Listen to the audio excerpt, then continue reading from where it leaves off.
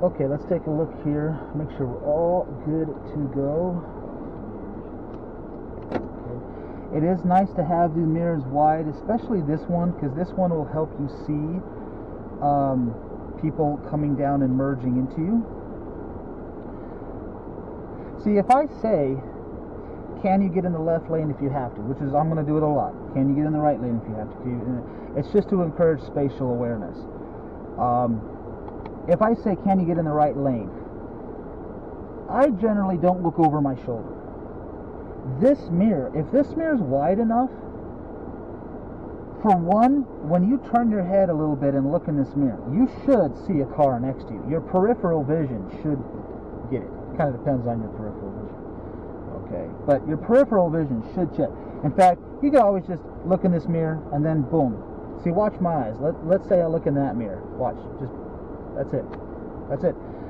So I kind of look out the window a tiny bit just to absolutely make sure.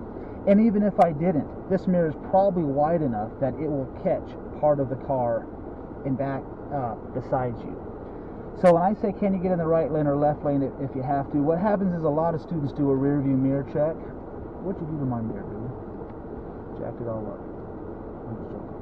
So, anyways, a lot of students will, if I say, can you get in the right lane, they do this.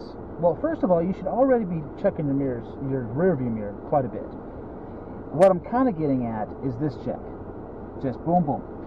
That's it. Your immediate area. Almost like thinking, hey, do I have a full swerve option? So can you get in the right lane if you have to? What I'm getting at is, could you do a nice lane change, or could you swerve to save your life?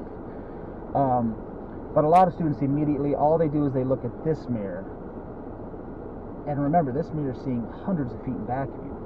I'm thinking in the next few seconds, can you get in, or maybe even a half second, can you get in the left lane or right lane if you have to. So with this mirror really wide, even if you didn't do a little glance out the window, this will a lot of times still catch the vehicle beside you. Now, the other thing is why it's nice to kind of glance out the window. And this is a slight change in technique, but there's multiple lanes.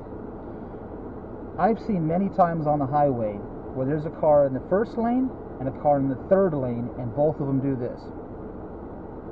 Whoa, whoa, whoa, whoa, and then they swerve, and then they see each other, and then they panic, and then they almost totally lose control. I've seen that so many times, because a lot of people, they do even if you did a proper lane change, you might do mirror, mirror, immediate over the shoulder, but you're not looking 20 feet over into that far lane.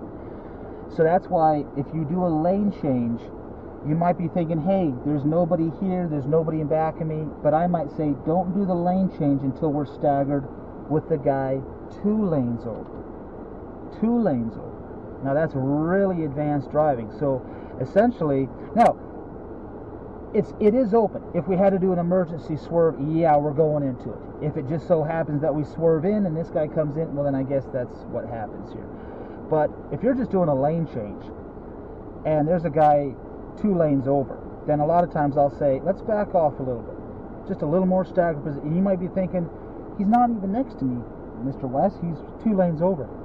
I get it, because as you may have seen, so many people do lane changes without a signal. And a lot of times if the guy's 2 lanes over, you're not even going to see his turn signal. Now, some of the new cars have a really nice feature. They have a turn signal light on their mirror. That's very nice. But a lot of them don't. This car doesn't. I've actually been debating about putting a little light right here, if possible. Okay.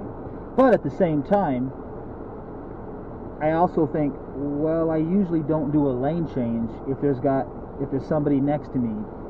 Definitely not when somebody's next to me.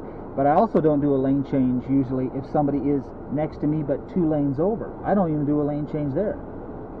You see, that's just being extra cautious. And a lot of people would say, that's just ridiculous. Well, I mean, I don't see how hard that is. Or maybe speeding up. If you sense that this guy's going a little slow, because he is in the right lane, he might be slowing down a little to take an exit, well then maybe speed up. and create staggered position here, and then do the lane change here. That is definitely something most people would not do. They would not say, you know what, I'm not working that hard. He's 2 lanes over. I'm not going to worry about. Okay. It's pretty rare. Everything in driving is rare, but I have seen it multiple times, and usually the people panic and they kind of fishtail it a little, because each one of them goes right back into their original lane. And my first thought is, all it took was one of them just to do this, just a little glance out. So you could do mirror over the shoulder, but then I'll say double check over here. So it's almost like this on the highway: mirror, boom, over the shoulder.